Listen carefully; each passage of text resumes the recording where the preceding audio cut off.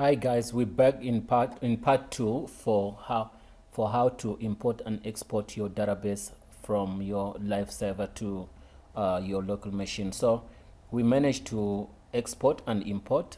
So this is the results of the import. So we ended up when we were importing our database into our local machine. So this is the local machine where we are. You can also see localhost phpMyAdmin. So it means this is sitting to on our local machine. So anyway, we want to do some stuff that we named our database MUSA. So these are the tables. Let's click here. You can see these are the tables we have imported from the file we downloaded from our online server. So simply means we successfully managed to import all the tables in our DB. So we can test one by one. So we can click here and click branch. You can see this is the data into the branch. You can come here and yes, we can run some queries here. Select star where ID category ID equals to 120. Let's see if we have that ID. So we're just trying to test our DB if it has some problems or whatever, so that we can know. If we don't have any problems, means everything is good.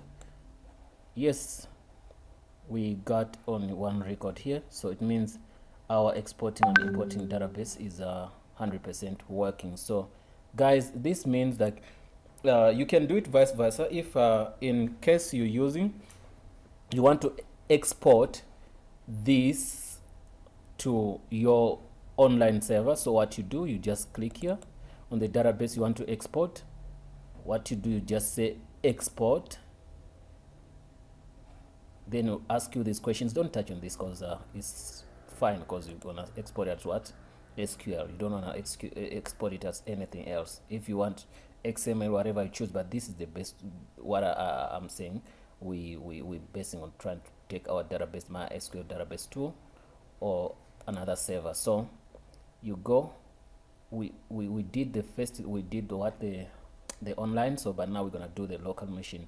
So it's sending that. So it might take as well some time to export that. Yeah, I think it's done. You can see here, I think it saves, mostly it saves in your downloads folder.